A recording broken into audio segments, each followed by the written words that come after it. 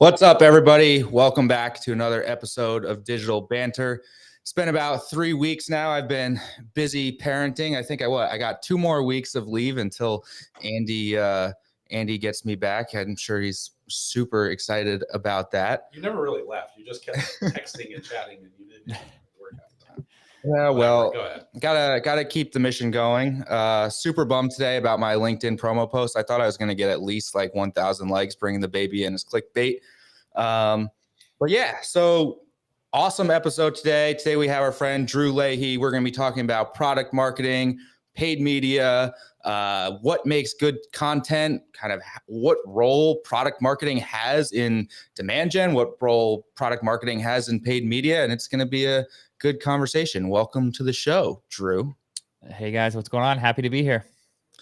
All right. So my first, I guess we got a level set on one thing. I mean, we were talking about this right before, and product marketing is like one of those roles that's been, I'll say, pretty broad. I feel like you have your hands in a lot of different things. The thing that I always think of is like messaging, positioning, but it can get a lot bigger than that. I mean, I always like, who are we always working with when we're creating content? Product marketers. Who are we always?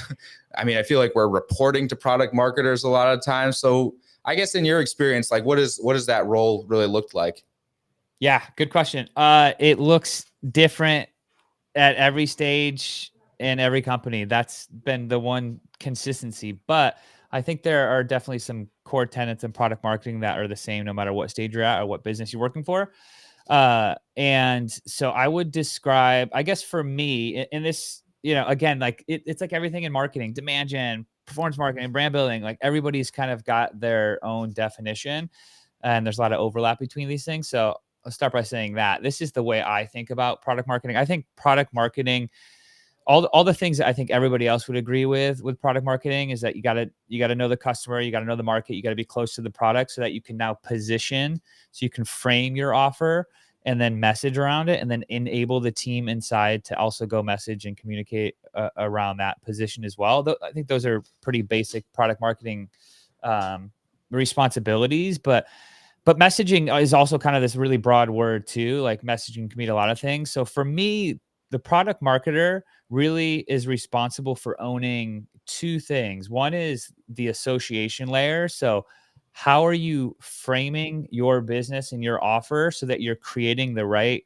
network of associations with the right people? That's first and foremost. And then the second part I would say is a good product marketer needs to help the company stage growth over time. So if you take a startup company, for example, who's usually enters the market as a niche point solution and then realizes, oh my God, my TAM's too small. I'm not going to be able to raise money. There's not enough customers. It's too competitive. How am I going to keep my doors open? They ultimately need to expand their buying pool over time.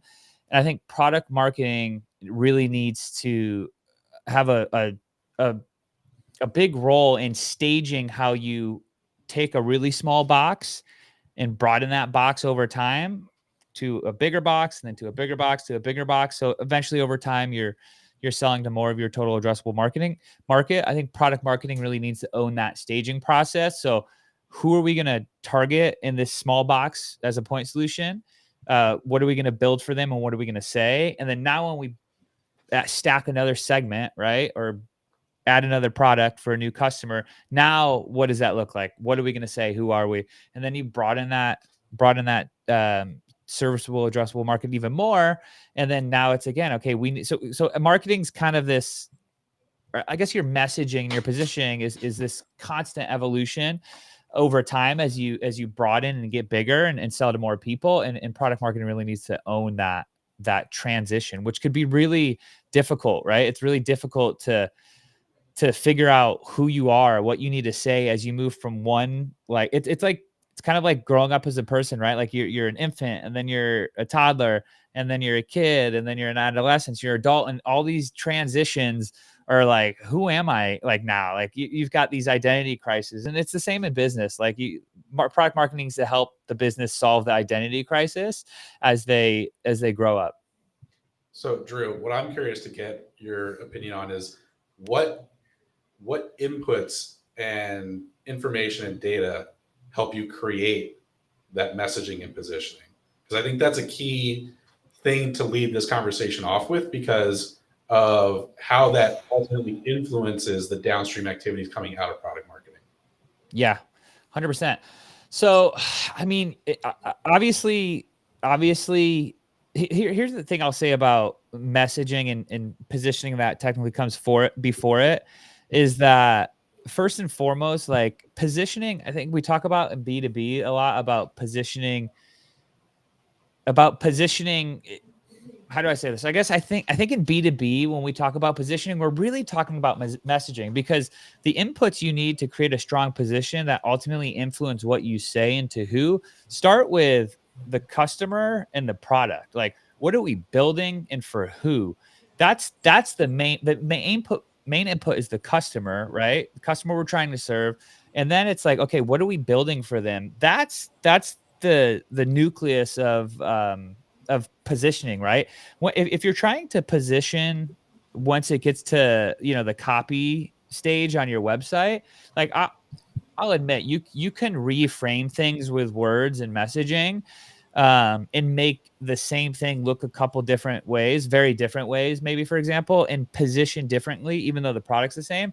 But really the inputs you need are from the customer and then the product. So I think product marketing, there's a reason why it's called product marketing. At Comroom is a perfect example. It's got tons of fabulous product marketers. Everybody's really a really good product marketer, but like I roll up to marketing and product. So I work with our VP of product all the time. I work with our head of marketing all the time, right? So I have to be close with the VP of product and the product team and the customer and what we're building, because that's where positioning starts, right? That's the main input. And then when we get to the messaging side over on the marketing side of the house, that's like, okay, how are we going to frame what we've built? Like we're already building this position. We've decided how we want to position. We're going to build products to be that position, even though look at positioning is largely an exercise that marketing and businesses do, even though company or buyers are going to position you however the hell they want. But we're trying to influence that position, right? And then when it gets to the messaging side of it, it's like, okay, now we need to start thinking about framing this in a way that's relevant to the world that our buyers live in today. So yeah, I think those are the main inputs. And then obviously there's so many more inputs along the way when you get into messaging, and what are you trying to say and to who and when, and like if you're running messaging for demand gen paid media campaigns, for example, you've got to look at all those different performance markers and data inputs and everything like that too. So, but yeah, I think the nucleus of all of this is the customer and the product. So one of the things that I think about when we think about product marketing is like highly detailed, like product content, right? The ins and outs of how to with the product and like all of the details. And honestly, I feel like in my experience working with product marketers, a lot of times I feel like we get just like so far in the weeds. And then there's the other side of it where you see demand gen teams just like doing things for fun for the sake of things that might be fun, right? Like so how do you essentially, when like building out like a content portfolio, like how do you balance that super technical content with the fun stuff that is seemingly only there to create that brand association? Yeah, so really good question there. I have we can jive on this in a little bit. I have this demand ladder that's a messaging framework that helps me stay focused on like the things we need to do. And it's a framework that I reference all the time, because there's so much stuff you can do and say. It's like, where do we start? What should we say? The demand ladder helps me with that. But on the topic of like rational versus like, maybe the B2B community on LinkedIn listening to this might think of this as like education versus entertainment. I guess that's the hot thing going on right now. I think the rational information is important just as much as the brand and education or entertainment stuff is too.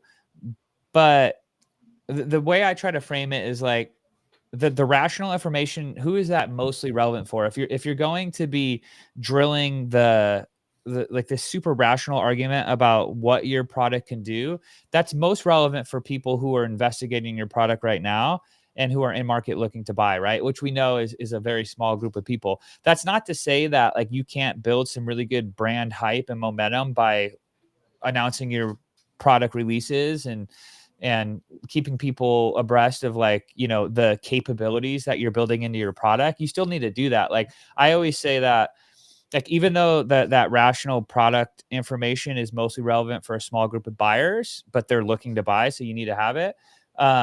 I always say that like the goal is like to try to get people who are not in market to still go on that journey before the journey, as I would call it, and look like they're buying. Like I want people who are not in market to visit the website, to book a demo, to maybe look at a live demo. Like I want them to do that. I want them to engage with our rational content. I think that's a good sign. It's hard to measure that, but I think that's a good sign that the product's got some kind of fit with that market. But as far as the brand stuff goes, like here's what I would posit is like, what's the difference between brand and product marketing? I actually don't think there's a difference at all. I just think it's a division of labor. Like I think product marketing, like I started in the beginning, really needs to own the association layer. So what are these associations that we need to build? And then everything else becomes like, well, how are we going to do this? Like, how are we going to make these associations crystal clear? How are we going to make them memorable? Right. I think the brand and the entertainment side should come in and say, hey, these are the associations we want to build around the problems we solve. And then the buying situations that trigger people to move in market that we want to be known for. Like product marketing needs to do the job of creating those associations, but like the brand team needs to do the job of making those, like searing those associations into future buyers' minds so that when they move in market, they think of you. Right. And so both brand and product and anybody that's doing comms on the messaging side should all have accountability to building the association. They're just going to do it differently, right? Where product marketing, I think historically in B2B has been more the owner of like the rational, like in-market product content, whereas brand has been more the fun, lively, more like let's create some strong memories around these associations. So they work together in different ways. I would say that, if that answers the question. I can't remember the question. So he called me out for not doing a hype video today. For not doing what? For not doing a hype video for today. But whatever. Anyway, the thing I was actually starting to write before I got sidetracked by other things was how us in B2B, we always, since the dawn of time, essentially, have always blamed a misalignment between marketing and sales as the impediment to driving success. And like a controversial hot take that I have is, while that's true, isn't there another issue here? And that's the misalignment between product marketing and brand demand gen, whatever you want to call it. Because I think you just called it out too, Drew, where it's like, yes, there are a creation of associations, but if the brand team is getting either a watered down version of things, or the information that product is grabbing from customers doesn't give them what they need to be successful in creating that hype, that value created assets, whatever you want to call it, like there's a true misalignment that's happening upstream before it even gets to sales. And I think there's a lot of things that get lost in the sauce there that many people forget about or don't see. And I know for us, we see it a lot with our larger enterprise clients for sure, but even the mid-market clients that we work with. Yeah, for sure. I see it too. Yeah, I think, wow, there's a lot to peel back there. I think, here's what I think is I think that, well, number one is, you know, in B2B specifically, in the marketing department, there's just a lot of siloing going on. We're all familiar to that. And I actually think it's because of how B2B marketing really came to prominence over the last like 15 years with the emergence of digital marketing, quote unquote, which is a term I absolutely hate, but around mid 2000s, you know, Google's already humming along. You've got social media, YouTube coming on the scene. Then you've got blogging and all this. Now you've got all these digital channels. Now you've got content marketing emerging. You got SEO emerging.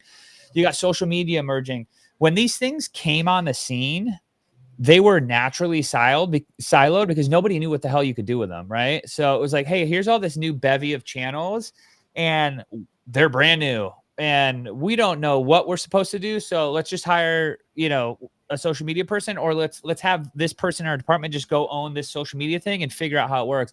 So you have this like bifurcation of the entire department that happened because you had all these new channels, right?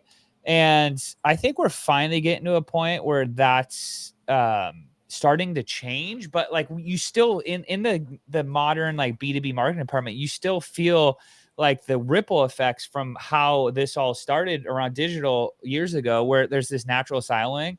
So I think that makes it hard for people to communicate across departments, because we have all these title, all the like, there's so many different like specialists within the marketing department that have their division of labor.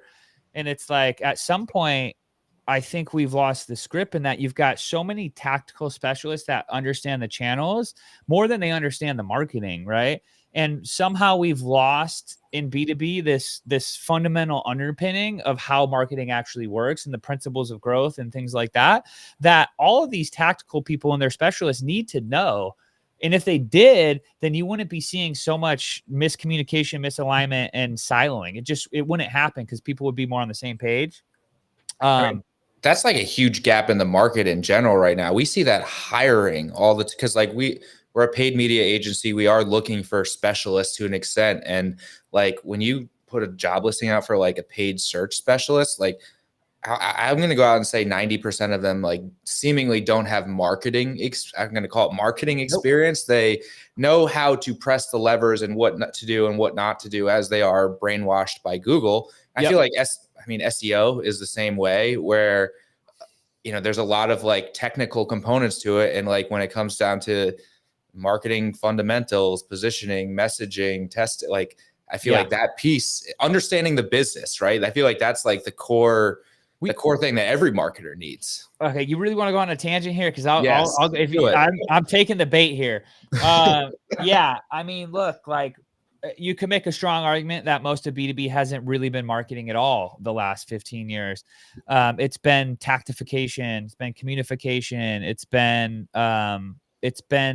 completely divorced from like what marketing needs to do. And here's why is like with those new channels, like think about this, it's 2024 now. And now I'm one of these people. Now you've got like, and I'm sure you guys probably are too. You've got like a mature group of like seasoned professionals in B2B marketing who are self-taught digital natives. And when we got into this around, late 2000s or so, somewhere in that area when this was all blowing up, we thought naively and ignorantly that traditional marketing was dead, that TV was dead, advertising was dead, that content marketing, this newfangled thing, is going to change the world. That was a complete, I won't even go down that tangent, but that was a complete miss. And so we were arrogant and proud that we were self-taught, like, right? Like there's this whole thing that goes around B2B marketing, like, oh, they didn't teach you that in business school. It's like, actually, they didn't teach you marketing on the social media blog or in the LinkedIn feed. They're not teaching you marketing there.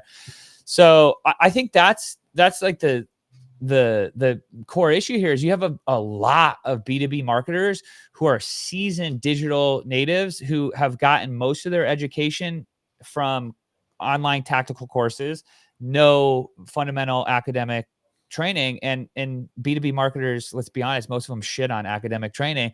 But the truth is, like, what's happening in academia right now around marketing, I'd love to hear you guys' take on this too, by the way. You may disagree, but what's happening in academia around marketing is brilliant right now. And some of the best marketers are coming out of schools, not tactical blogs. I'll just say that. I don't know. I don't have anything to base this off of besides just hearsay. And what do you mean, Andy? I have a marketing degree. Yeah, do you? Yeah. I do. One of the few. I'm jealous. I'm jealous. Yeah, both of us do. Both of us have. Well, here, this gets to like marketing is, and I'm just realizing here, like, how stupid of me to not make sure my computer battery was charged, and I've got like all these things plugged in. I may have to unplug from. I'll stay on, but I may have to unplug from this camera. Anyways, marketing. This gets to the point where marketing is kind of generally an undisciplined discipline. Like you don't go to become a plastic surgeon, go to medical school to become a plastic surgeon.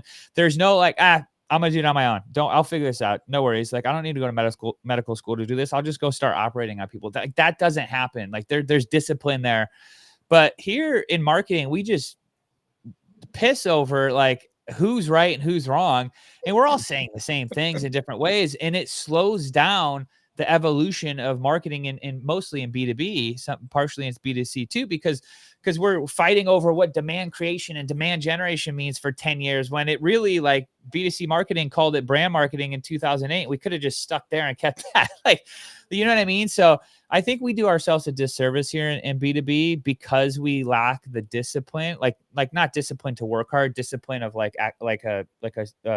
discipline of a career. Like what does the discipline actually include? I think that's missing. And we don't have like a formal body that has really like institutionalized that in a way that's like replicable. And you know, we're marketers. We like to live on the fringe because that's how we get attention. We've learned how to be good messengers and stuff. So we're always fighting and renaming things, and it just hurts us all. So I think, so just to kind of touch on what you just were talking about, Drew, I think now that I think back of like, so I graduated college in 2008. So I was pre-digital in most regards there, like whatever. But if I think about like the fundamental marketing courses, I can like 4Ps, you know, all those kinds of things. Like I see those now as translating into what a product marketer needs to be successful. Don't get me wrong. Like it's crucial fundamentals for every piece of that. But like, if you look at today's educational curriculum as it relates to advertising, I mean, what is the primary thing that people think of? Oh, social. Like, how can I be on social? How can I do TikTok? You know, the misinterpretation of social media as marketing and being the only thing as it relates to marketing, or graphic design, right? Yeah. And the people that are teaching those courses in many regards are still the stalwarts of like traditional education and traditional marketing, which is what I was kind of alluding to before. Like one of the people that, he was a longtime team member, but he used to, and he was an intern for a long time. Like he gave us horror stories of the professors that were teaching him because he was learning more with us doing an internship than he was ever learning in the class because they had no idea what they were talking about. There's always going to be the divide between academia and the real world, and that a lot of academia isn't doing the work.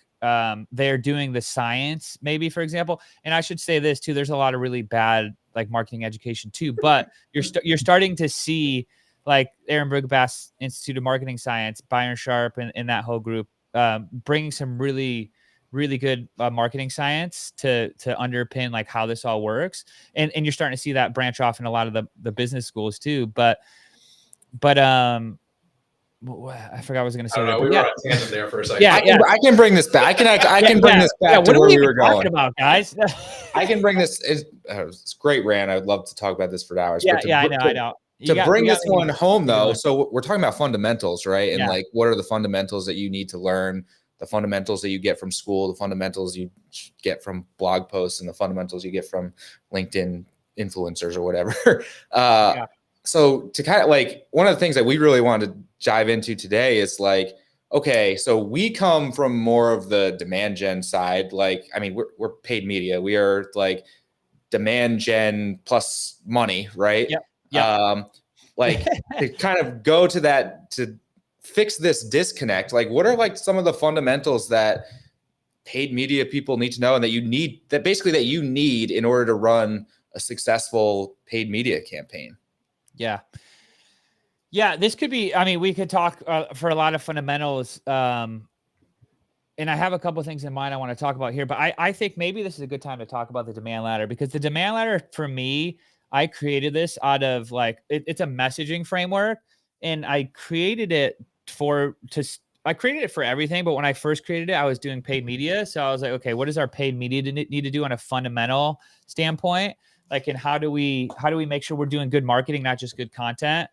So maybe it's a good time to talk about the demand ladder. And there's kind of, so I won't go through the demand ladder, like the whole thing. Let me just check my battery too. Okay, we got 8%. We might be good, guys. Well, how long are we here for? Until 11? Until we're done. Okay. I don't want my battery to cut out. I'll switch in like 10 minutes.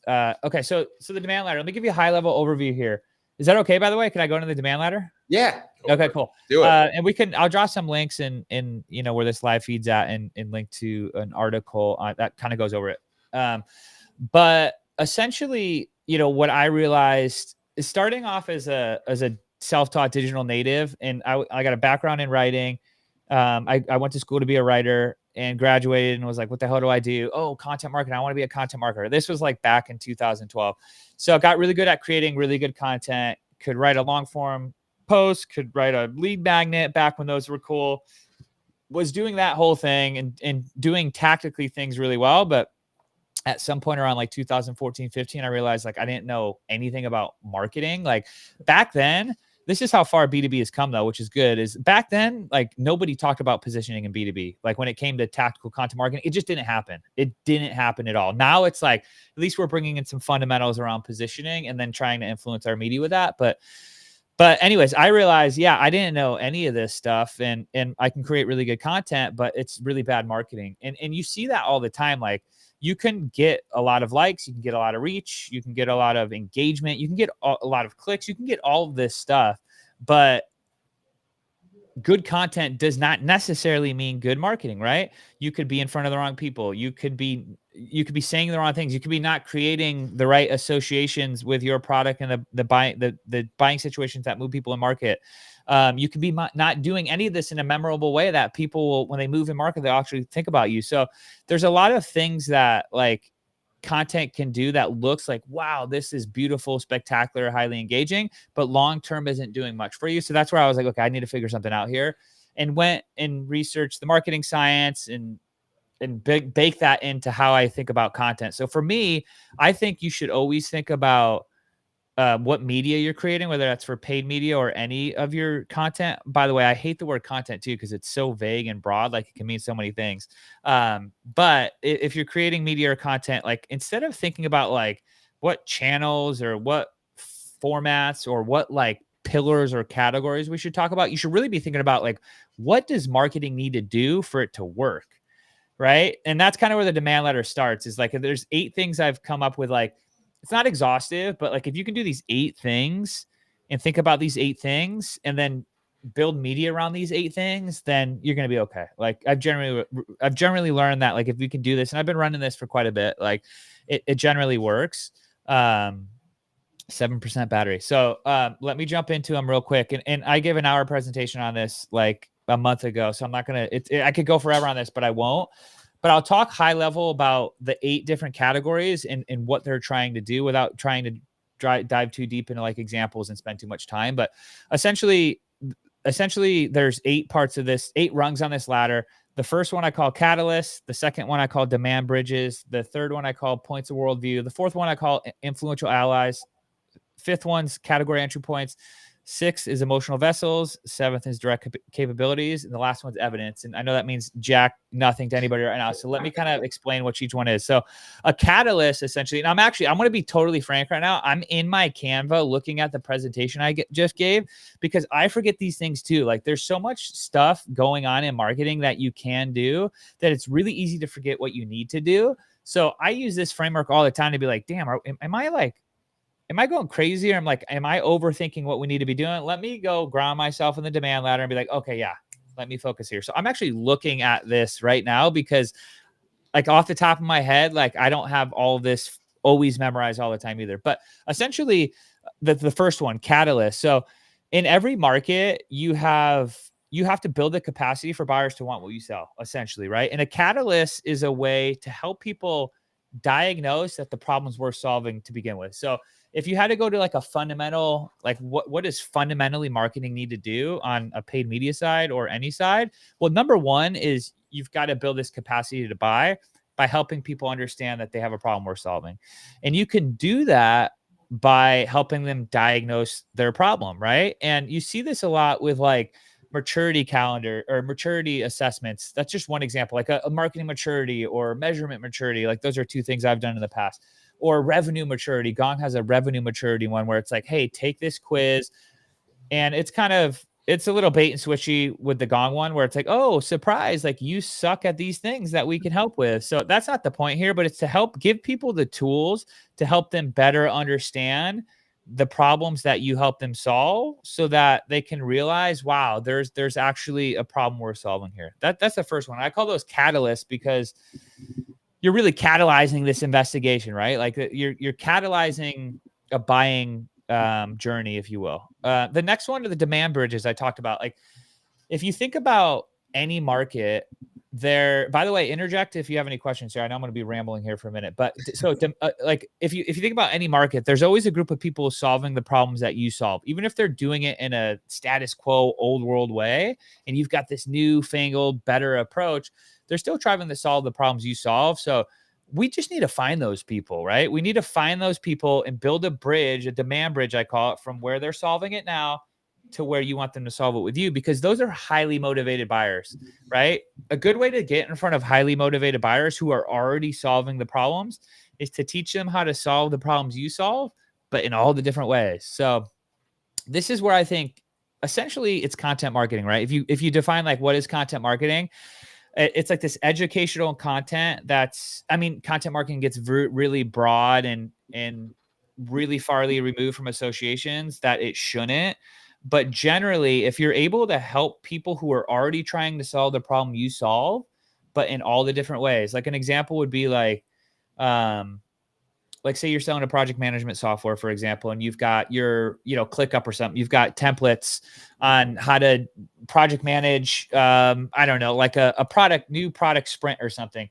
Like a lot of people are trying to build those things in Google Sheets, for example. They're looking for Google Sheet templates. They're Googling Google Sheet templates for product. Like you need to be there. Like that's a really good place for you to be so that you can bridge the demand from where they are, where people are buying what you solve today to you, right? To this better place of solving.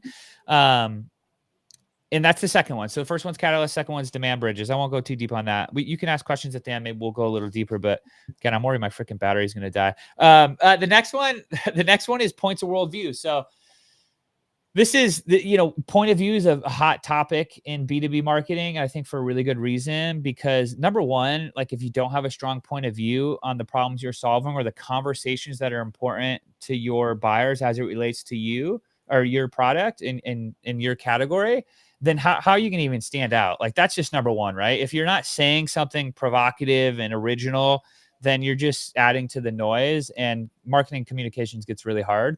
But essentially, like, you need to be able to frame what you sell, not the way like you just want to. It's really hard to come in and say, hey, what you've been doing sucks. It's broken. It doesn't work. You're wrong. Here's how to do it. That doesn't work.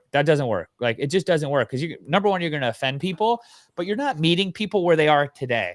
So you've got to be able to meet people around their worldview. What do they believe about what you're selling today? You have to start there, right? You can't just start with like, hey, your current way, status quo sucks. We're the new way. You have to be like, hey, let's talk about the status quo here. Like, let me provide some original thought around the status quo in a way that's like very, very good example of this is Chris Walker with the Refine Labs. Like he does a marvelous job of getting close to customers and how they're solving the problems he solves, but talking about it in the way he talks about it, or talking about it in the way that customers talk about it today.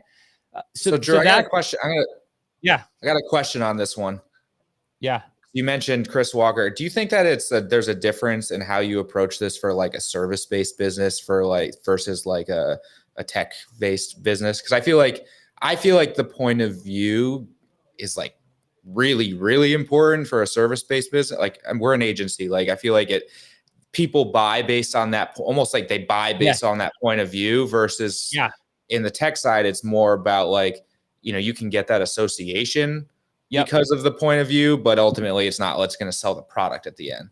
100%. Like I think in it's a great point. I think in tech products, like you have to remember that like the story is not the product. Like ultimately, number one is the product. Like just tell them what the product does and how it can help them. That always needs to come first. Point of view is how you're going to stand out. Like it's hard to have a presence on these organic channels if you don't have a point of view, right? Like how are you going to show up on LinkedIn if you're not saying something strong about the world your buyers live in today? You're not going to have a presence. So point of view is still very important there. But with a service business, I mean, your thoughts are your product, right? So your point of view is essentially you marketing your product, right? So there's a one-to-one relationship there. This is where I can go on a tangent here too, but like this is where content marketing was really built for service businesses, not so much for tech businesses. I don't want to say that like what you do in content marketing is important for tech businesses, but really this works really well for services because there's a one-to-one relationship between what you're marketing and what you're selling, right? So yeah, that's a great point. But ultimately, I think to top that off, it's about like you have to move people from the facts they understand today to like the facts they need to know to believe you, right? I would put it that way, right? And point of view is a good way to walk people across that line. The next one too is influential allies. This one's really simple. Like you've got to get people to evangelize like your product and the problems you solve and the way you solve them for you. Like people talk in B2B marketing about creating a movement. That's like the popular thing. Let's create a movement. Let's create a movement. It's like you can't create a movement without other people carrying the torch for you. So I'm always looking like from a fundamental standpoint, like you should be thinking about partnering with like influential allies in your space to give, number one, you distribution, right? Pour the gasoline on the distribution fire to help them distribute. But it's the second layer of that is like you want to get these people to buy into like this problem you're solving and the way you're solving it so they can go out and evangelize it on their own. And when they're evangelizing it on their own, they're like, oh, Common Room does this. Common Room helps me does this, for example, right? So I think anytime from a fundamental standpoint, you can work with allies, whether that's influencers or creators or just popular voices or other brands, always punch up in this case, right? It's a really good way to establish credibility and make it feel like what you're doing is a lot bigger than it actually is.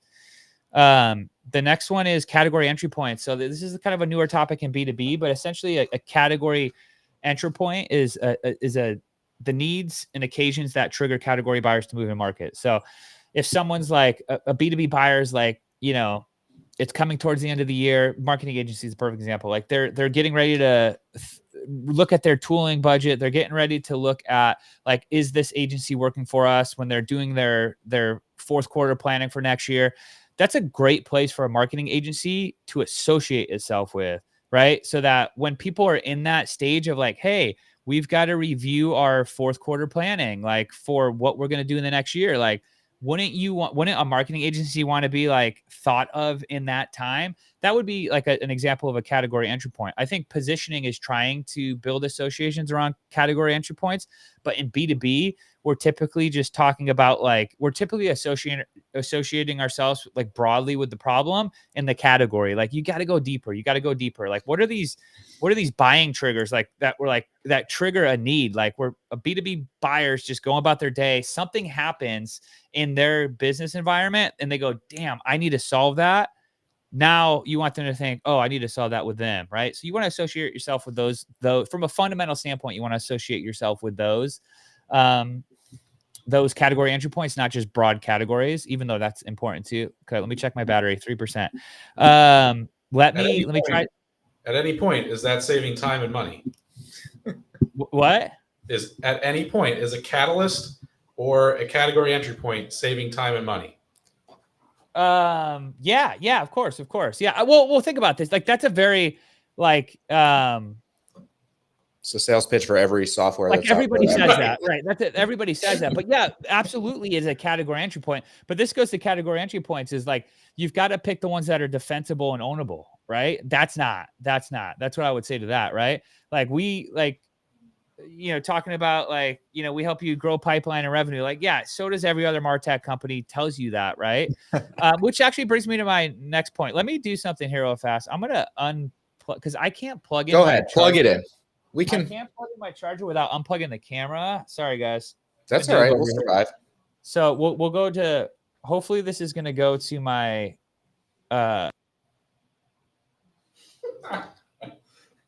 be right back. No, I think he brings up a valid point while he gets his other camera hooked up. Like defensiveness, or making it defensible when it comes to time and money. And to your point, like that's what every tech tool out there says they're going to do. But it's like, I don't wake up in the morning, eat my bowl of Cheerios and say, I'm going to go save time and money today. Nor do I have a boss that comes to me that says, go save time and money.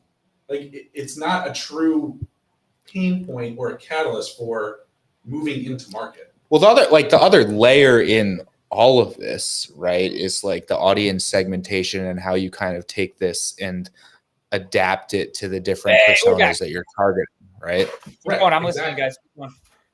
So we were just talking, Drew, about we were going off on a little mini tangent about like time and money as like a catalyst or reason to enter the market. And you don't wake up in the morning and say, I'm going to go save time and money, nor do you have a boss that comes to you and say, okay, your job today is to go save time and money. Now, there's a tangible reason that might be an outcome, but that's not the thing that is actually becoming the catalyst or reason for coming into market. Yep. To James's point, like that comes back to audience segmentation too, where it's like, it's a valid outcome, but it's not, it means different things to different people within the buyer market. Well, you can take basically everything that he's gone through so far and like split it between like, was it the champion in the deal, the decision makers, right, and like the storyline is going to be different. Yeah, let me. So I'm noticing I'm a little late in here. Are you hearing me? Okay. You're good. You're good. Okay, cool. So this actually, the next segues perfect into that next rung on the demand ladder. I call direct capabilities. So what we're talking about here is like what I would call is like there's direct benefits and indirect benefits. And so often in B2B, we love to talk about the indirect benefits. Like these aren't things that the product actually does, like creating you more productive, creating more revenue, creating more pipeline. The product doesn't actually directly do that, right? Indirectly, by doing something else, it can help you create that, right? But buyers cannot and will not make sense of that indirect benefit if you do not tell them what the direct benefit is. They just won't. They're going to go, revenue? What the hell does that mean? How are you going to help me do that, right? So this is where I call them direct capabilities. And you just have to you have to stop thinking about the indirect benefits. There may be a place for that at a certain point, but largely, like, I feel like use cases and direct capabilities, like what the product actually does and what like use cases it enables, those are like, you need to help people understand what it does and what's possible with it, right? To help them bridge the gap to be like, oh, I can do this with that. I see. That's going to help me create more revenue. The other thing too is like, we need to just trust, like I started earlier on, I went to school to be a writer. And one of the things they teach you in writing is like, you got to trust the reader a little bit, right? You don't have to lay everything up for them. I think it's the same way in copy and messaging for marketing, is that you have to give the viewer, the prospect in this case, a little more credit, right? Like if you show them the direct capability, like what the product actually does and what's possible with it, like from a actual like capability standpoint, it's not hard for me to figure out. Like I'm trying to solve I'm not in the department going say I need to find a tool to create more revenue. I'm going, damn, there's a blocker to revenue right now, and it's I don't have enough signals to inform my outbound. Like I know that if I get more signals to inform my outbound more intelligently, I'm going to create more revenue. You don't need to tell me that. I get that.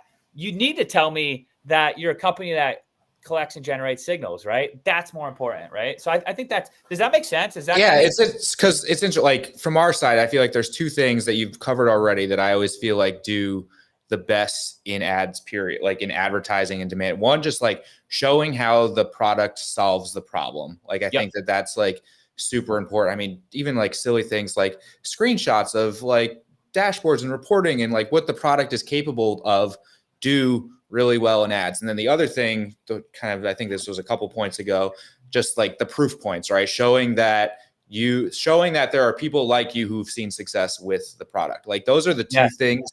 I mean, and it's like, honestly, just like different stages of the journey, but like, those are the two things that stand out to me that you said so far that I feel like are what I've seen to be like the most successful when like specifically running ad campaigns. So the other thing that just triggered in my mind is when we think about like direct capabilities versus indirect benefits, right?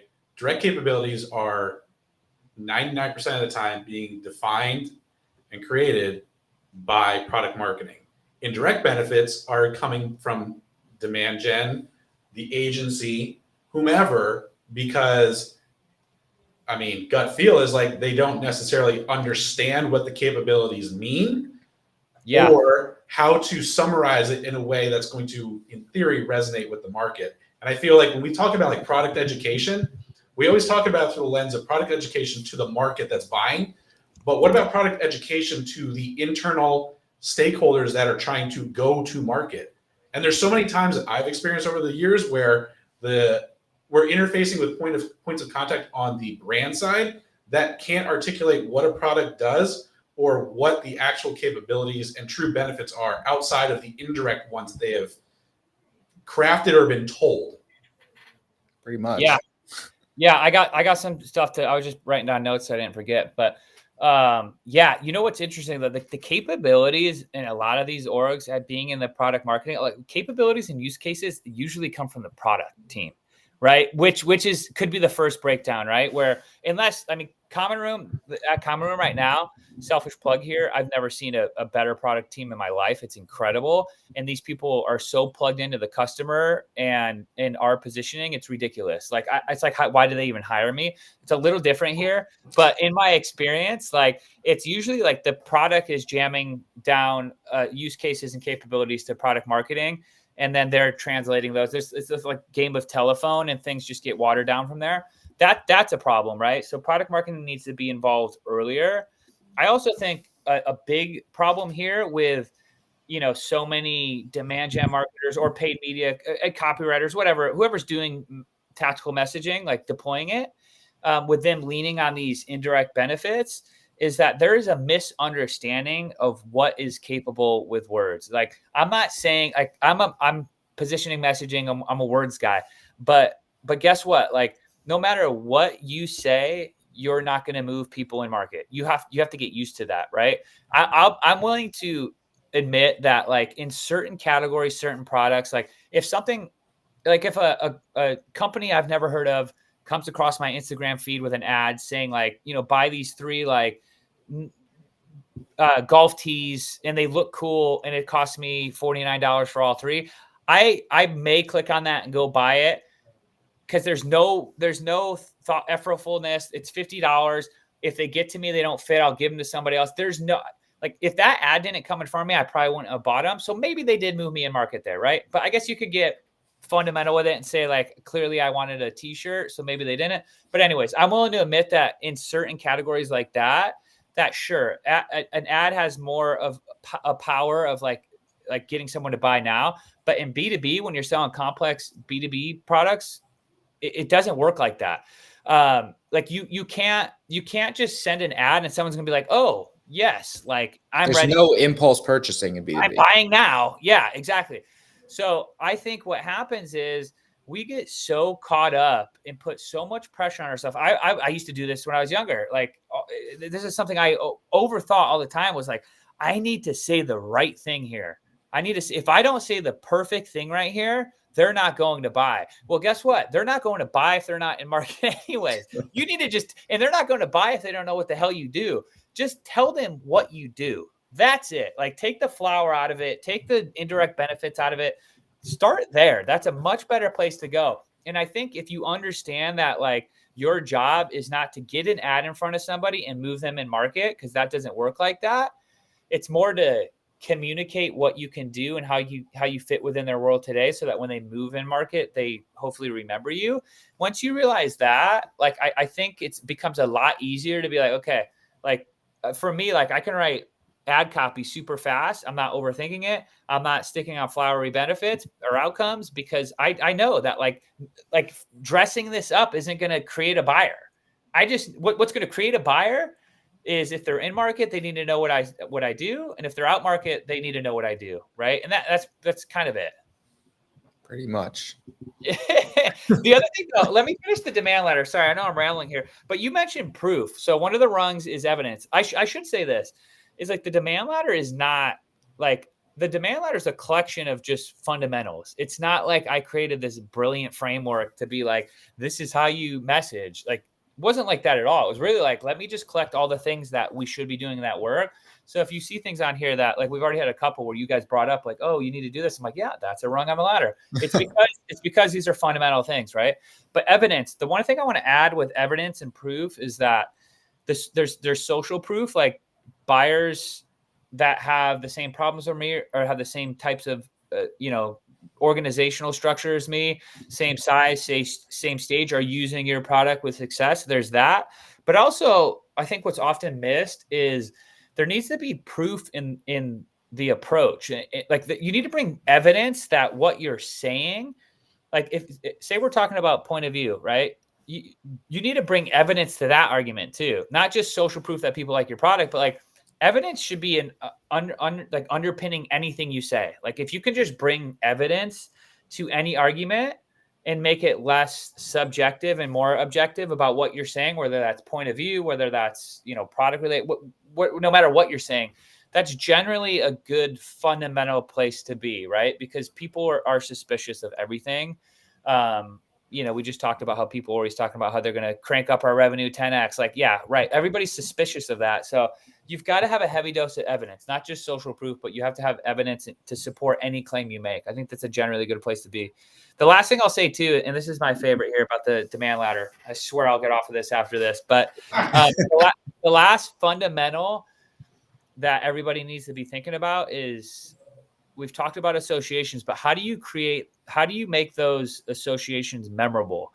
That's missing. That's where like the brand marketing, the entertainment stuff comes in. Now, like I've talked with you, James, with you previously about like this entertaining content kind of gets off the wheels too, because it leans too far in entertainment. It's farce. It's borderline farce. It's funny, but there's zero building or refreshing of an association that's memorable, right? A good example of who does this really well is a TV ads. Like think about Geico. Like Geico's ads are funny and entertaining, for example, but they're also very principled. They're just hitting you with a core association with a set of distinct features so that every time you see that ad, you remember it's them. And they're building memory structures in your mind, right? So that when you need insurance next, Geico fits that consideration set, because you remember save 15 minutes, save 15% off car insurance in 15 minutes, whatever that tagline is. You remember the Geico Gecko, which was a brilliant way to be like, God, people aren't that's how they came up with that. It was like, people aren't pronouncing our name right. They're saying Gecko. Well, let's just create a mascot called Gecko. So every time they think about Geico, they're going to know it's called Geico because it's juxtaposed with the gecko, and they know it's not the gecko, right? Like just a brilliant way to build like a fluent device to help you create a more memorable ad. So the way I go about this is creating, I call them like emotional vessels. And this is where I say you can make a really good argument that like comms is just comms, whether it's brand, performance, demand, whatever you want to call it. It's all doing different things to create memorable associations. And brand really kind of, if you had to divide the labor, brand should be most responsible for the memorability part. So if the product marketer is doing like trying to create an association that may materialize in copy on a product page or in a demand ad, then the brand person needs to say, I need to take that same message, put it inside of this very like memorable and emotional vessel, so that it's got universal relevance, so that it spreads out to my market in a way that gets remembered. And you don't really see this happening in B2B. There's very few examples. There was like Upwork does a good job of this with some of their brand ads, but even then they don't do it very often. A good example here would be like one of the things we did at Hockey Stack when I was there was we had this video called The Stalker, I think it was called, where it was this like, I don't know if you guys saw that. It was like a theatrical video about like how, like the current state of like how marketers are just kind of trying to use attribution to just follow people along. And there's like this, you can watch it on YouTube. There's like, I think it starts with I'm trying to refresh my memory. I think it starts with it's like a story. It's like a real like 2-minute like movie almost, like where the woman she's like scared to open the box. I've seen it. She gets retargeted. She's getting direct mail, right? So we wanted to communicate a certain message about how marketing was broken and how we could help improve that. We could just go out and say that. We could write a LinkedIn post and say marketing's broken. This is how we help that. that's a very rational and unmemorable way, right? That's going to decay in the mind very quickly. In 3 days, someone who read that's going to forget you even said it, right? But if you can take that same message, put it in story form, like we did with the stalker, and not only does it get more reach because humor is universally relevant across any industry, but you're Trojan horsing your association in it in a very memorable way because you're playing on people's emotions. Like with a stalker, you're really hitting to like something that people relate to, like on an emotional level. Like they cringe when they're like, "Oh my gosh, I've been there before," right? So that's the last one of the demand ladder, which I think is the biggest one that's missing in B2B. B2C does this really well, but B2B is missing that. And I think we're starting to see the tide turn a little more towards that. But going to finish this off, like talking about that entertaining content that's completely useless, there's a lot of it. I think the better way to approach entertaining content is to make sure you're Trojan horsing a strong association within this like vessel that's striking a chord with someone emotionally. And do that in a consistent way, not just frequently, but in a consistent way so that it looks and feels and sounds the same. The association you're trying to communicate may change from one video or skit or something to the next, but the consistency in the way it looks and feels doesn't change, right? That's really important too, because you're trying to build memories again. So when you engage someone emotionally, they remember more. Like this is just science. Like the amygdala works with the I always botch this. Which guy pulling out the freaking science. Look at that. I know. Well, there's a lot of like science fluff, and I'm not a scientist. I'm completely. You're a writer. You're a writer. I think you took bio. Right. I'm a writer, but the way our brain works. Think about. I always say this: like how many like super happy moments did you have growing up that like you remember? You may have some, of course, right? Because there's high emotion there. But like, how many times you remember like taking a test in school, or like maybe if it was a traumatic test, or maybe if you broke your arm, or maybe if you had like a car accident, like you remember those things. Those are things are not going away, right? Because they're strong emotional moments, or maybe your first kiss or your first heartbreak. Like you remember those things for the rest of your life because the way the brain works, when the emotions engage, our memory actually works better. That's the science part of it. I'll leave it at that.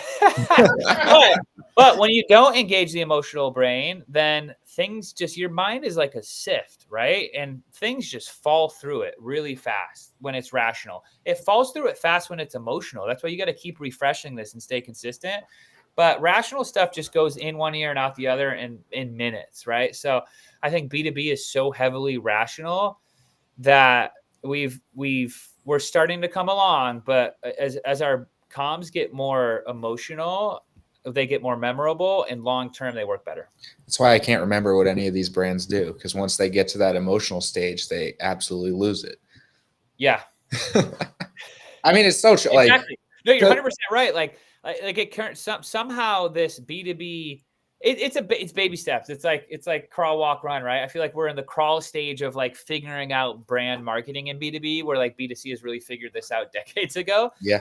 The first like crawl stage for B2B has been like, well, shit, let's just do something that's not rational. Okay, I'll take it. That's a good first step. We'll get there. Are you good if I hit you with some quick hitters? Yeah, of course. I'm good. Right. I don't have anything to bounce to right now anyway, so we can stick a little longer. All right. So a couple things that have bugged me with product marketing over the years. Number one, what defines success for you? How are you measured as a product marketer?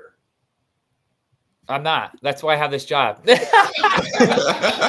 Are you kidding me? I found the perfect way to be broad and work with everything, do a little bit of everything, and not be held accountable to a commit. That's why this is the best job in the world.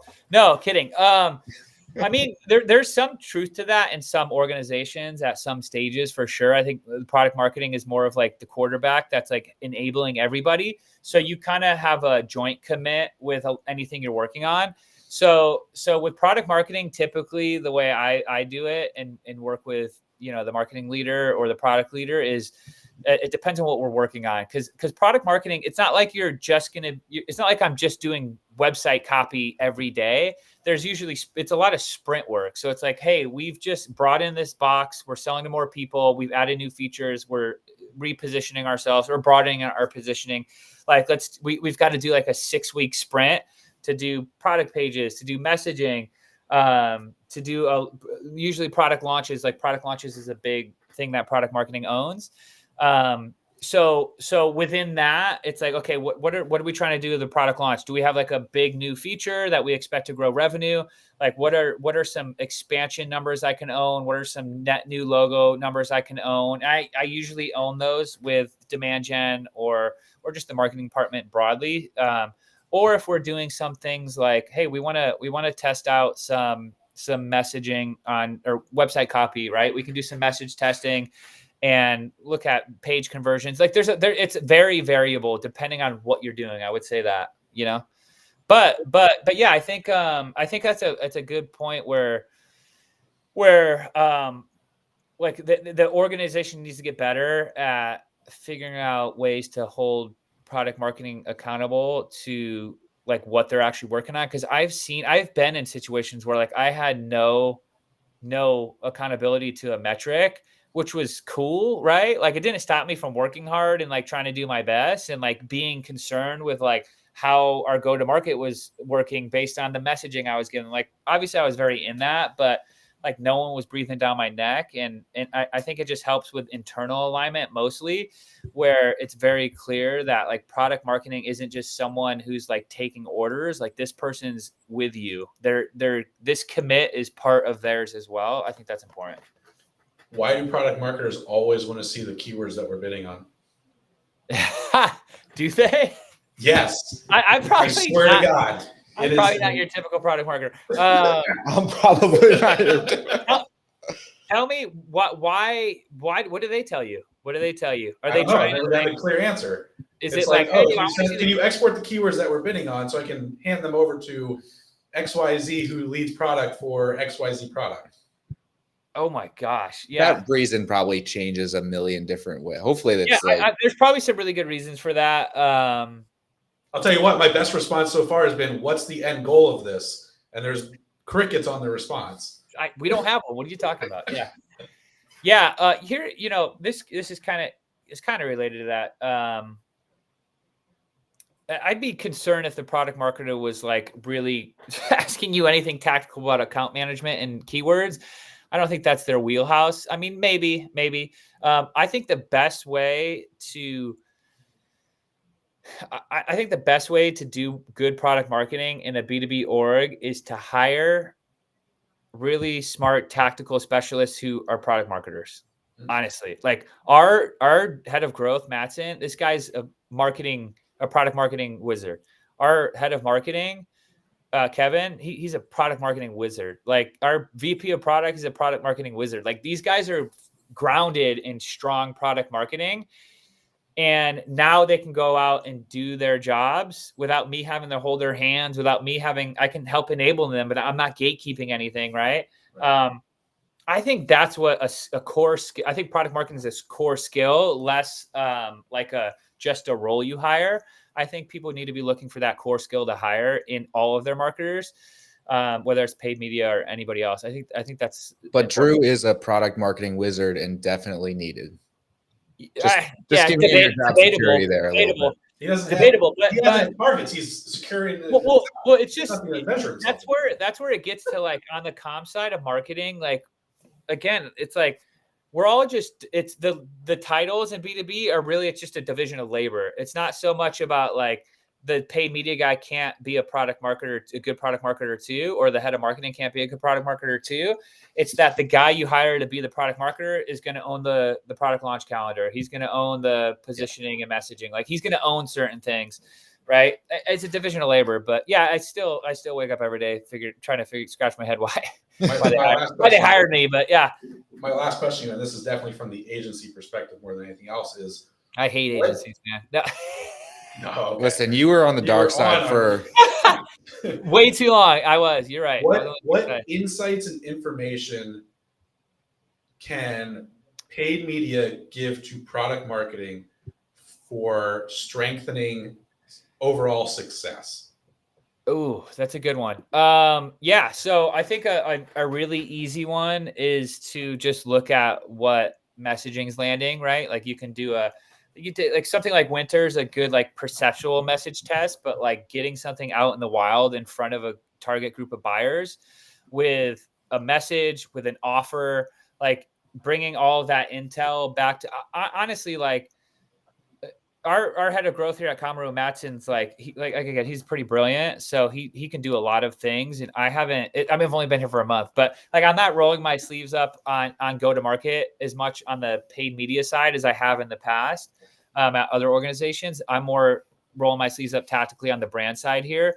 So I'm not gleaning too much from him. He's usually, or I'm not asking too much from him. He's usually bringing things to me, but yeah, I think historically for me, it's been a good place to align on messaging and offers specifically, like, and then following that all the way through, obviously through to closed one, right? Like taking that handoff from the message in the creative to the ad copy and the creative, following that through what's happening in the sales cycle, like because a big part of product marketing too is sales enablement, and it depends on your org, but like a lot of like sales messaging as well, like how are we handling objections to competitors, like how are we pitching our narrative within the sales, like that's something that I have a big responsibility in. So being able to follow like how the message and the position is landing from the paid ad all the way to the closed one, I think that's a really good place to start.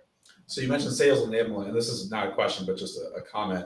Yeah. One of the things that I've started to notice and try to do is move past this concept of just purely sales enablement, but also ensure that there's conversations around marketing enablement. Going back to the disconnects that we just talked about for the last hour, where you're giving sales different information because of the purposes and the outcomes they need. Yeah. Marketing needs a different set of information for them to achieve the outcomes they need. It has to be separate conversations, but everybody hears sales enablement. Yeah. Really, there needs to be marketing enablement also. 100%. I agree. I like the way you're putting that. I would say like, yeah, sales enablement's been a catch-all. That's, maybe like another one of those terms where it means everything, so it doesn't mean nothing. It come to mean everything, so it's got no meaning anymore.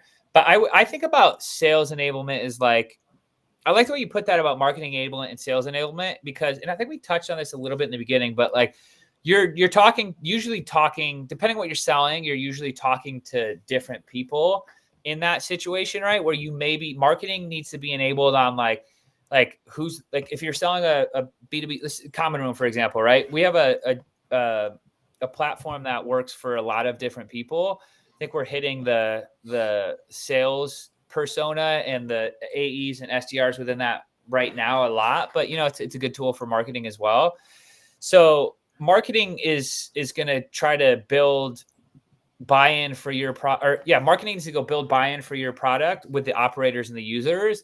Whereas when it gets to the sales call, you may have a champion who's like a demand gen person who's going to be a user, but like if it's going to be cross-departmental, there's going to need to be RevOps needs to be involved. There needs to be like sourcing from like budget sourcing. There needs to be like, if it's enterprise, then you're going to have to get CRO or CMO buy-in. Like, so you're talking to like a different part of the committee, sales is, and they need to be enabled to teach those people how your approach is better than other people's, and then teach them how to buy internally. Because the champion who's going to be using the product, maybe not always using the product, but usually the champion might be using the product. They're not going to have a clue on how to sell your product internally if it can be used by everybody. Sales needs to be enabled to teach them how to take the message that brought them to you and distribute that to everybody else that they need to get buy-in from, so that you can close that deal. And kind of at that point, sales is working in partnership with the champion to now go sell everybody else. Yep. It's the hard part. All right. Well, I think we've been going on for an hour here. Drew, this is awesome. This was one of our better ones, best ones. Thank you for joining. I'll take that. Despite the camera change. Yeah, it's been awesome to be here. He's got a new camera. We got a new camera. It's all good. Yeah. Drew, so we always like to ask near the end of our episodes, like 3 actionable takeaways for our guests. What do you got? Man. Biggest 3 from today. Biggest 3 from today. Like, oh man, I can't remember what we talked about, to be honest with you. I blacked out. Hang on, 1. Just do 1. We don't need a 3-way wrap up. One is the most important takeaway that I would tell anybody always in marketing is that and we talked a lot about this today, is that we have to do a better job of coming out of our specialized tactical wheelhouse and learning the fundamental principles of, marketing, how growth works, how growth differs from one stage to the next, and how you stage that growth. Like, we need more business acumen. We need more marketing fundamentals, and then our tactics get that much better. I think that's got to be the most pressing task, objective, homework for anybody listening to this, whatever the hell you want to call it, right?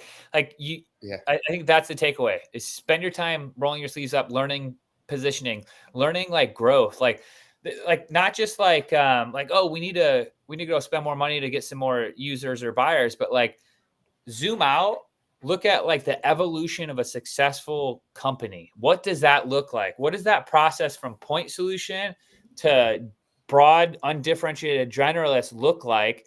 That over that 10-year period, what do those growth stages look like? How are they different?